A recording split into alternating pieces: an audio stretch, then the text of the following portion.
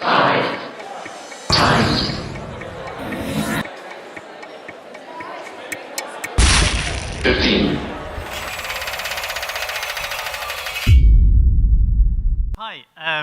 Yes, so my new book, Madness is Better Than Defeat, is about a film crew who go to a lost... Oh, I'm going to turn this over.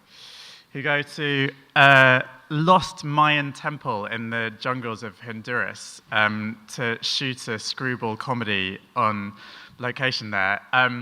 And it is indeed based on the troubled productions of a number of real films, most notably Apocalypse Now, Francis Ford Coppola's great film, which famously was supposed to shoot for 16 weeks in the Philippines, but eventually dragged out to a year and 4 months.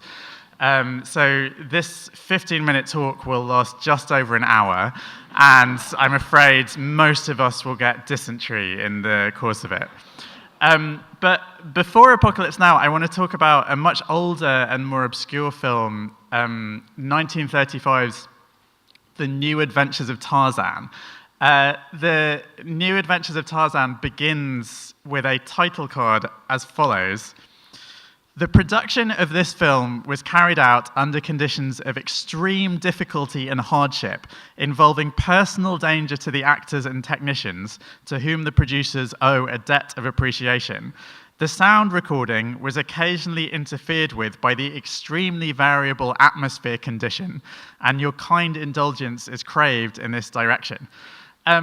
Apart from apologizing before sex, I can't really imagine a more humiliating thing than to have to put that disclaimer in front of your film. But the crew had indeed faced their fair share of difficulties. The New Adventures of Tarzan came about because Edgar Rice Burroughs, the creator of Tarzan, was frustrated that Tarzan, in all the films up to that date, was always depicted as speaking in broken English, me, Tarzan, you, Jane, when in the books he speaks 15 languages, including ancient Greek. So Burroughs sold the rights to this freelance producer called Ashton Deerholt in the hopes of a more faithful adaptation.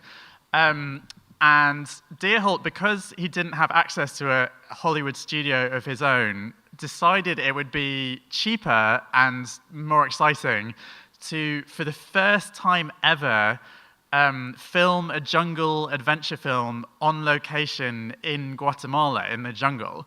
But as soon as they got there, they started facing problems. So Deerholt had hoped to head off any problems with the authorities by writing the president of Guatemala, Jorge Ubico, into the script, in the same way that the dashing hero of my next book will be named after Andrew Holgate, literary editor of the Sunday Times.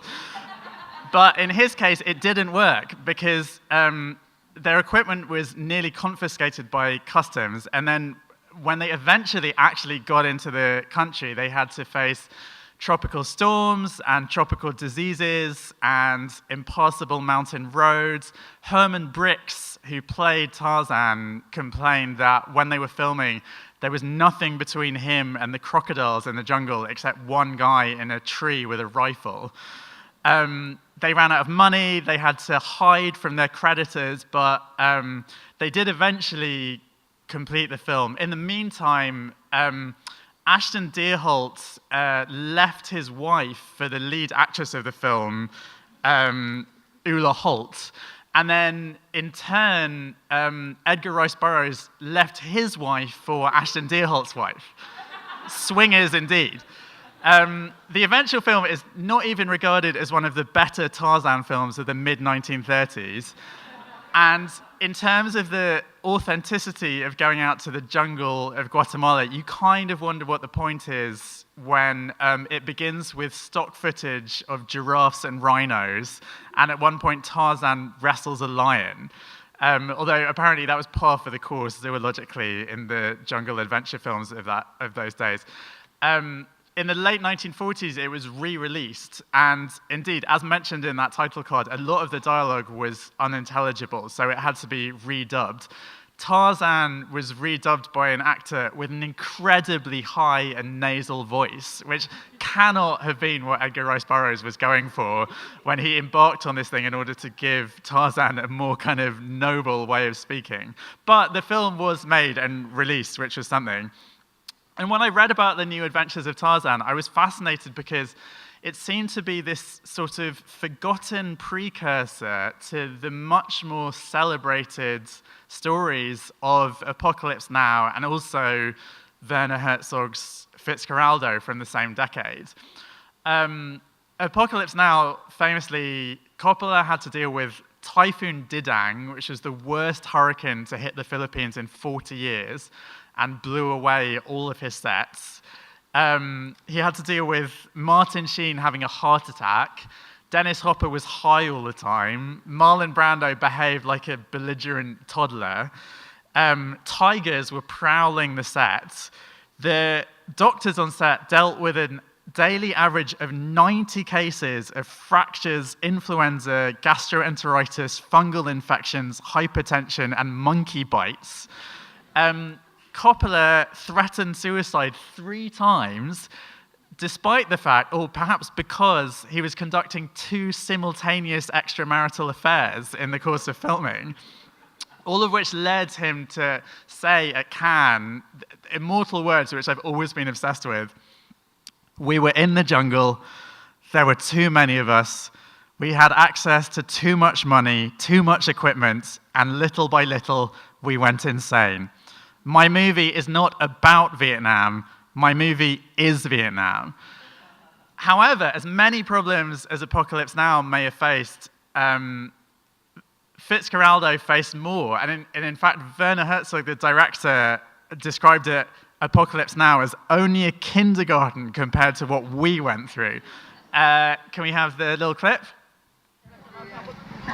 Herzog is stranded in the jungle with a 300-ton steamship that won't move, and time is running out. He needs money to move the ship, but no one will invest unless the ship moves first. Behind his back, some of the actors are talking about getting out while the getting is good. Only a few of the cast, crew, and Indians believe in his dream anymore. Even Herzog is beginning to wonder. Of course, we are challenging nature itself, and it hits back. It just hits back, that's all, and that's grandiose about it, and we have to accept that it is much stronger than we are. And Herzog arguably did have an even harder time than Coppola. So he was filming deeper in the jungle, quite close to a guerrilla war. His lead was Klaus Kinski, who made Brando, even on his worst days, look like a model of professionalism. And, of course, he was actually dragging an actual ship over an actual mountain, despite everyone begging him to just use a scale model, but he insisted on doing it. And he later said, oh, by the way, I'm not going to do my Herzog impression because I only do that for my girlfriend. Please, she said to me, please do it for other people. But I know her heart would be broken if I did it for anyone else. So I will not betray that sacred trust as many times as she said, no, do it for other people. Herzog later said, the distinction between Apocalypse Now and my film is that Coppola always resolved problems with ready cash. In my case, because I had to produce the film myself, I was down to the utmost limit. So I lived in a chicken coop and had nothing to eat.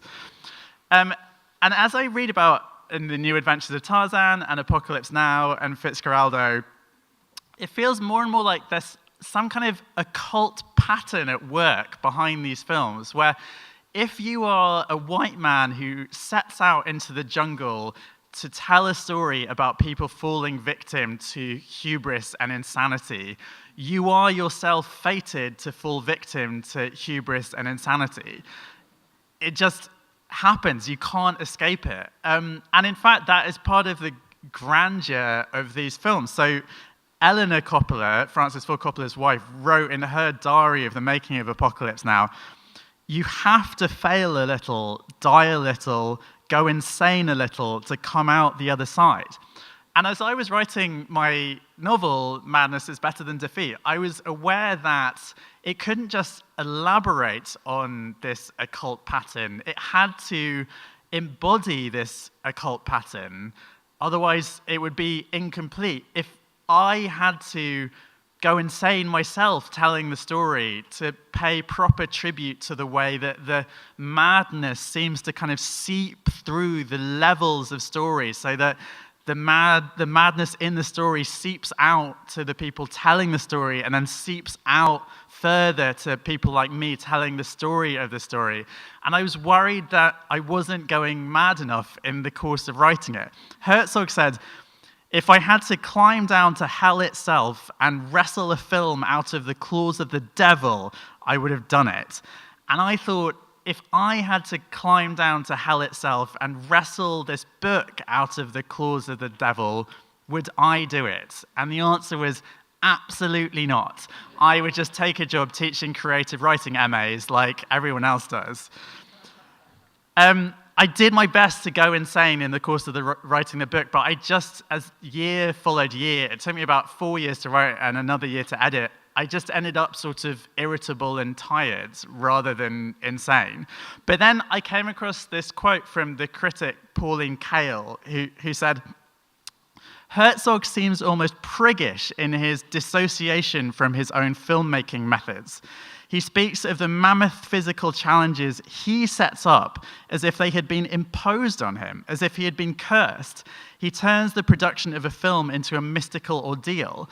And indeed, Herzog has been compared to his compatriot, the great sculptor and performance artist Joseph Beuys, who did go through these kind of mystical ordeals. Like he locked himself in an art gallery with a coyote for 3 days, never sleeping or taking his eyes off the coyote. And the hardship he went through kind of was the art, and arguably it's the same with Herzog. The more you read about it, the more it seems like Herzog and Coppola at least were in a kind of club egging each other on.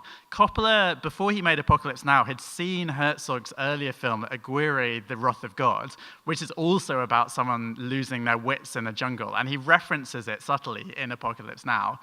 Herzog actually wrote the script for Fitzcarraldo in Coppola's house in San Francisco. So they were very much like competing with each other consciously as they did it. And I think a lot of it was because they felt like in order to tell these stories properly, they felt in a fairly megalomaniac way that they had to identify as closely as possible with their protagonists if the stories were going to work. So Coppola said, I, like Captain Willard, was moving upriver in a faraway jungle, looking for answers and hoping for some kind of catharsis. Herzog, if Kinski hadn't been able to do the film, was about to step in to play Fitzcarraldo himself. And he said, I would have been a very good Fitzcarraldo simply because what the character has to do in the film was exactly what I had to do as the film's director. Some decades after making Fitzcarraldo, Herzog published his diaries of the making under the title Conquest of the Useless. It's a wonderful book, and in it he writes, I am so used to plunging into the unknown that any other surroundings and form of existence strike me as exotic and unsuitable for human beings. Is it worthwhile to live out there in a decoded world, inhabited by decoded people? So you can hear the relish he's actually taking in all these problems. And similarly, Eleanor Coppola wrote about her husband, more and more it seems like there are parallels between the character of Kurtz and Francis. There is the exhilaration of power in the face of losing everything, like the excitement of war when one kills and takes the chance of being killed.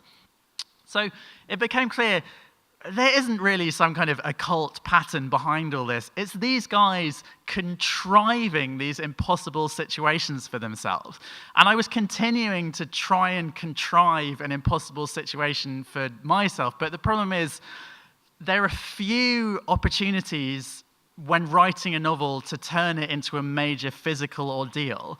I did have a standing desk at which I lasted about 6 weeks, but that didn't really get me there in insanity terms. And I was worried that the novel just wouldn't be enough. But Then I came across this interview with Ulla Holt. So she was the lead actress in The New Adventures of Tarzan, who Ashton Deerholt left his wife for.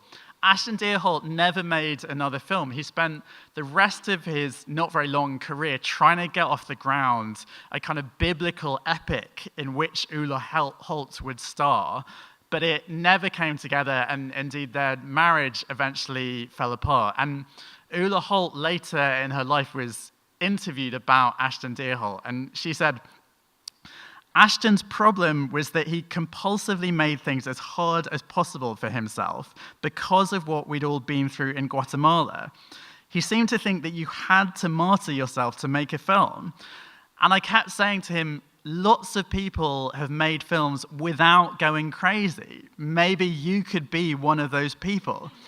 And indeed, lots of people have written novels without going crazy. I suppose I will have to be one of those people. Thanks.